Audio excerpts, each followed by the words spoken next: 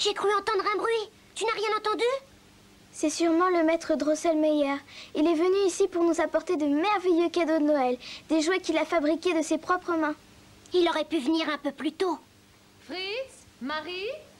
Oui?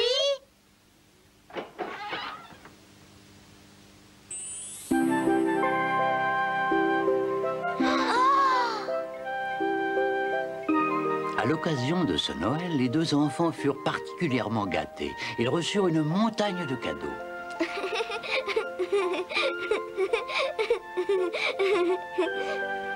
avant, soldats! À l'attaque! Suivez-moi! Sabre au clair et en avant! Parmi tous ces jouets, il y avait un étrange personnage en bois, un soldat. Et ce jouet-là, il est pour nous? De quel jouet tu parles? De celui-ci? Oui, qu'est-ce que c'est? Aussi bizarre que ça paraît, ce petit jouet est un casse-noisette. Je dirais plutôt que c'est un petit soldat. Attends, tu vas voir. Je vais te montrer comment il marche. Comme c'est amusant. Le petit soldat a cassé la noix entre ses mâchoires. Ah. Marie fut très impressionnée par ce qu'elle venait de voir. Ce jouet était si étonnant qu'elle finit par oublier tous les autres.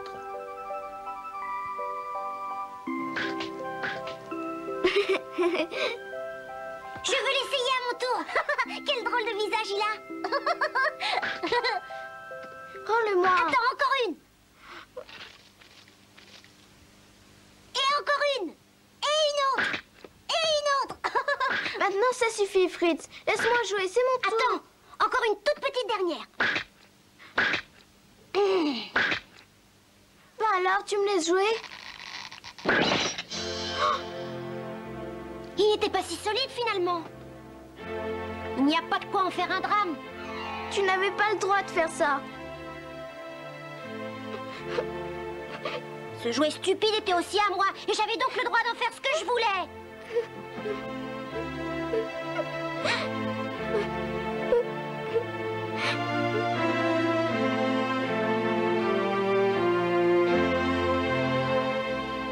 Je suis vraiment désolée pour ce qui t'est arrivé, petit casse-noisette. Demain, je demanderai à maître Drosselmeyer de te soigner. Et je suis sûre qu'il saura te guérir. Fais-moi confiance.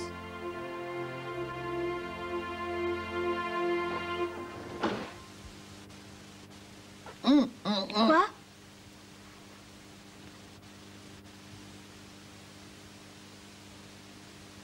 Oh, j'ai dû rêver.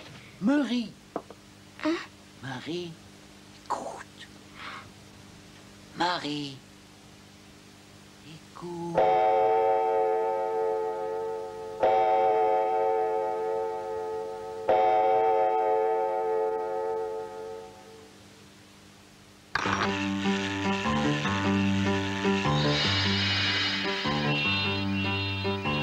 Tic-tac, fric-frac, le roi des rats est à côté, l'oreille tendue, l'œil aux aguets. Voilà que j'entends l'horloge parler. Tic-tac, fric-frac, clic-clac, ding-dong, le roi des rats est à côté, l'oreille tendue, l'œil aux aguets. Mais que peut-il contre le temps? Il n'en a plus pour très longtemps.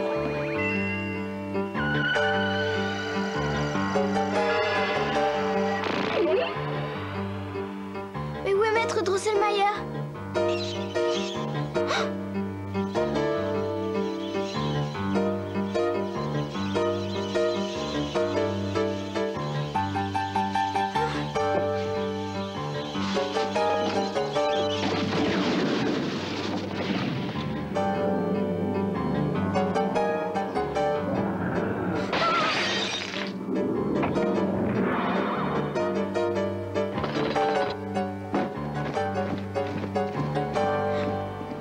J'ai peur.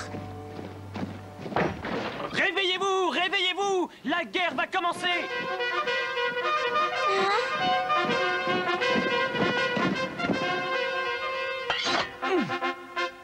Je n'en crois pas mes yeux, je suis en plein cauchemar.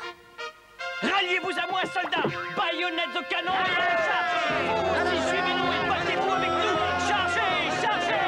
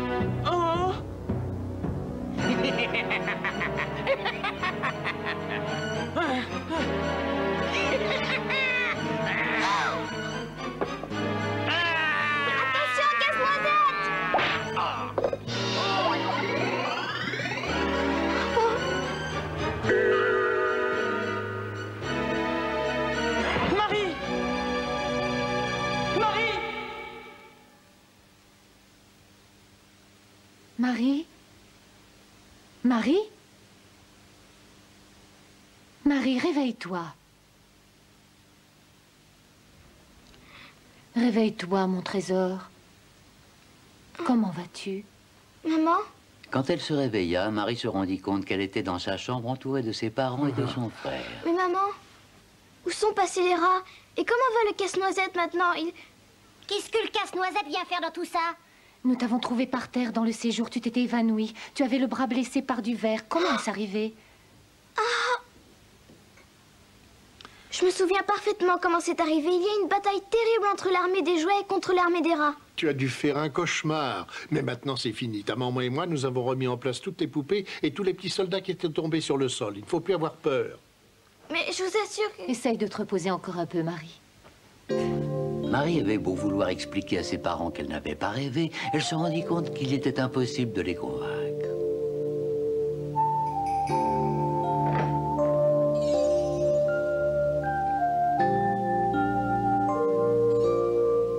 Comme c'est étrange, je me souviens très bien de ce qui s'est passé ici.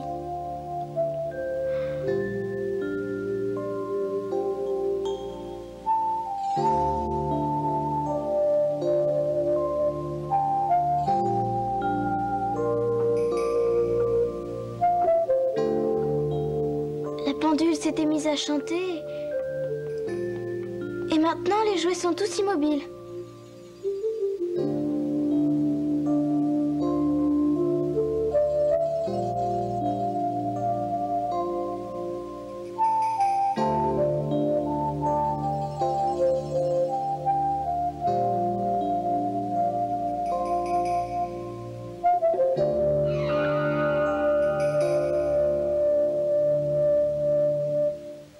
Le calme semblait définitivement revenu dans le petit monde des jouets, et Marie commençait à penser qu'elle avait peut-être vraiment rêvé, lorsque quelques jours plus tard... Marie, je veux te remercier pour l'aide que tu nous as apportée. Mais je dois te demander maintenant de faire autre chose pour moi. Marie.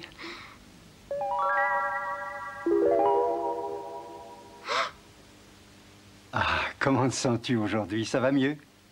Beaucoup mieux, maître Drosselmayer. Et je vois que vous avez réussi à réparer le casse-noisette. Je vous remercie beaucoup. Je t'en prie, Marie, tiens. Il est comme neuf. Que faisiez-vous l'autre soir accroupi sur la grande pendule? Et pourquoi vous n'avez rien fait pour nous sauver, le casse-noisette et moi? Excusez-la, maître Drosselmayer. Elle est encore un peu troublée par le cauchemar qu'elle a fait. Ah, oui. Dis-moi une chose, petite Marie. Personne ne t'a jamais raconté la fabuleuse histoire du gentil casse-noisette, de la belle princesse Parlipat et de la sorcière Madame Laratte? Non. S'il vous plaît, maître Drosselmayer, racontez-la moi. Très bien, je vais te la raconter. Et maître Drosselmayer commença le récit d'une histoire fantastique. Dans un lointain pays vivait une belle princesse qui avait pour nom Pirlipat. Hélas, un jour, la méchante sorcière des rats jeta un sort sur la belle jeune fille par lequel elle rendait celle-ci affreusement laide. La sorcière entendait ainsi se venger parce que peu de temps avant, le roi l'avait chassée de son château. Voyant sa fille si horriblement enlaidie, le roi tenta par tous les moyens de libérer celle-ci du mauvais sort dont elle était victime. Il fit venir au château un horloger, maître Drosselmayer, et lui ordonna de trouver le moyen de rendre à la princesse sa beauté première. L'entreprise était si difficile que Drosselmayer dut faire appel à l'astronome du château, et après beaucoup d'études, la solution fut trouvée. Il fallait que la jeune fille mange une noix très rare, appelée Krakatuk. Mais il ne pouvait pas lui donner lui-même cette noix. Seul un jeune inconnu, qui ne se soit jamais rasé et qui n'ait jamais porté de bottes, pouvait le faire. Celui-ci devait casser l'écorce très dure de la noix sous les yeux de la princesse, lui donner les cire-noix à manger et faire 7 pas en arrière sans tomber. Drosselmayer entreprit alors un long voyage à travers le monde. Au bout de 15 années de recherche, il réussit à trouver la précieuse noix et le jeune homme qui répondait aux exigences.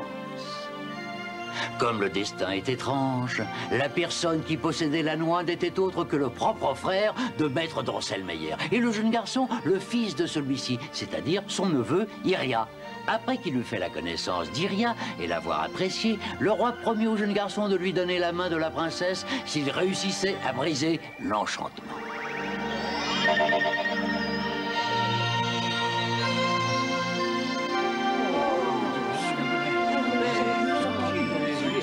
Tout semblait se dérouler pour le mieux. Mais alors qu'il exécutait les 7 pas à reculons, les yeux fermés, Madame Rat fit trébucher Iria.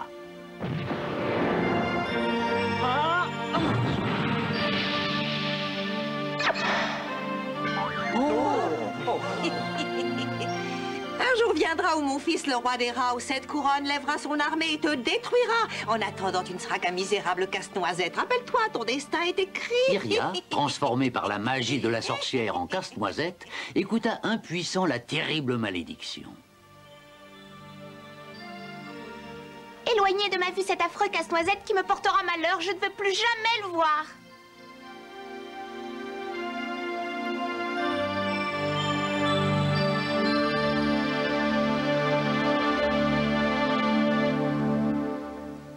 La princesse Pirlipat n'a aucune gratitude pour le casse-noisette, elle est bien méchante. Tu es vraiment de cet avis, Marie? Bien sûr que je suis de cet avis, pas vous?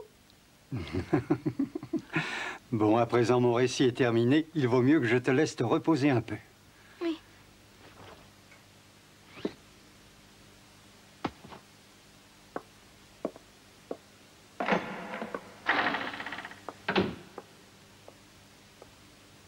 Je le sais maintenant, tu es Iria, le neveu de maître Drosselmayer, n'est-ce pas, petit casse-noisette? Oh, alors le roi des rats contre lequel tu te battais l'autre jour est le fils de Madame Rat, la sorcière?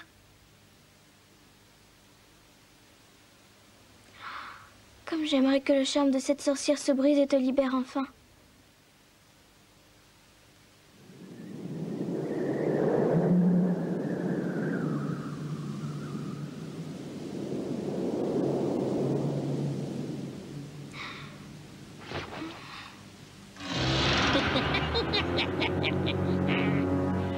Je t'ordonne de m'offrir tout de suite tous tes bonbons et tous tes gâteaux si tu ne veux pas que je réduise ton cher casse-noisette en miettes. Le lendemain matin, Marie s'empressa de rassembler toutes les sucreries et tous les gâteaux qu'elle peut trouver dans la maison.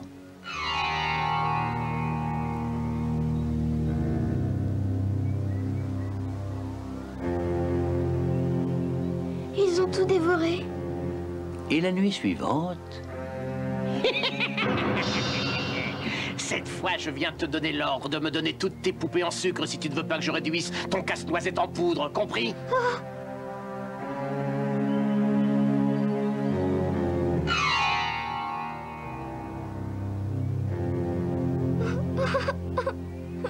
Mais ce n'était pas fini.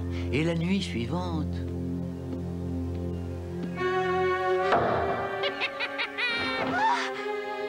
Cette fois, j'exige que tu me donnes tous tes livres et tes plus belles chemises en soie. Et n'essaie pas de me jouer un vilain tour. Parce que sinon, je réduis ton casse-noisette en cendres. Et tu ne le reverras plus jamais. S'il te plaît, petit casse-noisette, dis-moi ce que je dois faire. Même si je fais une fois de plus ce qu'il me demande et que je lui donne tous mes livres, mes illustrés et mes chemises en soie, je sais que ce perfide roi des rats ne sera jamais satisfait et que demain soir, il reviendra me demander autre chose. Et quand je n'aurai plus rien à lui donner, il se fâchera et il nous grignotera tous les deux. Oh, je t'en prie, dis-moi ce que je dois faire. Je vais te dire ce que tu dois faire, Marie. Ne fais pas ce qu'il te demande. Ce soir, le roi des rats n'aura pas tes livres et tes belles chemises en soie. En revanche, il faut à tout prix que tu me procures une nouvelle épée pour remplacer la mienne, celle que j'ai perdue dans la bataille. Maintenant, je sais que tu es vraiment Iria et je vais tout faire pour t'aider. Ces paroles prononcées, le petit casse-noisette redevint parfaitement muet et immobile. Marie alla voir son frère et lui demanda de lui procurer une petite épée conformément à sa promesse.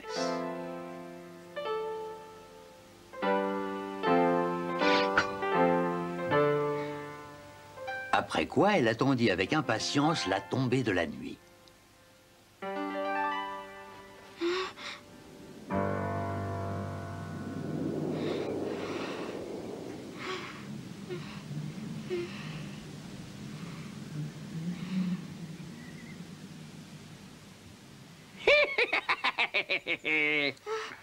Oh, c'était la voix du roi des rats.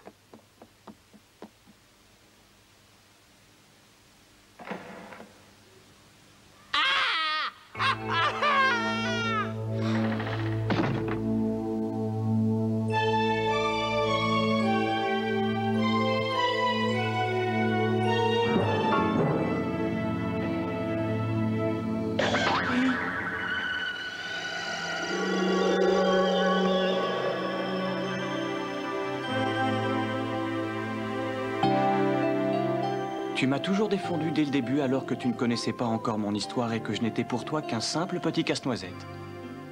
Grâce à ton aide, nous avons réussi à battre le roi des rats et à briser l'enchantement dont j'étais victime. En signe de son immense gratitude, Iria fit cadeau à Marie des 7 couronnes, trophée de son combat contre le roi des rats. Il existe quelque part un pays merveilleux que j'aimerais te faire découvrir. Tu veux venir là-bas avec moi? Ah oui. Alors donne-moi la main.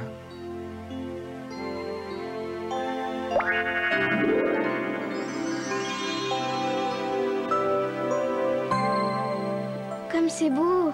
Nous sommes dans le royaume des jouets et des bonbons. Dans ce pays, tout est en sucre. Même les maisons sont en sucre? Oui, regarde.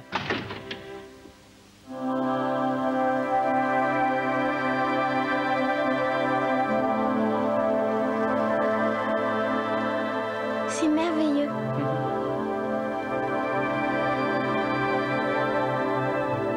Guidée par Iria qui avait retrouvé son apparence première, Marie visita le royaume enchanté.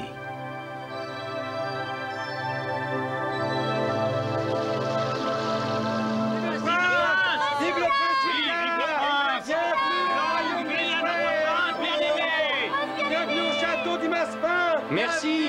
Vive le prince! Il t'appelle. Prince Iria, tu es vraiment le prince de ce royaume? Oui. Marie, accepterais-tu de devenir? Accepterais-tu de devenir?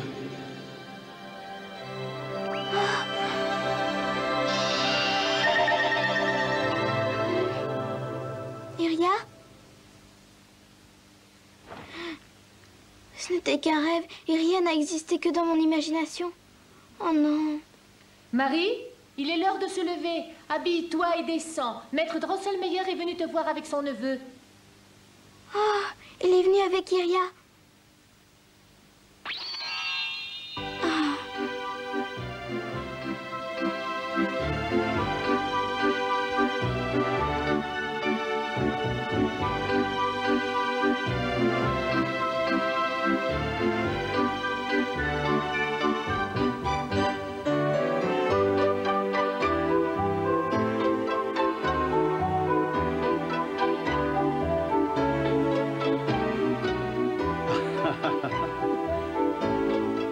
Je suis venu pour t'emmener avec moi.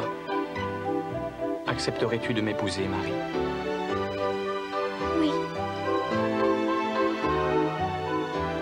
Et Marie épousa Iria, devenant ainsi la reine du royaume des jouets.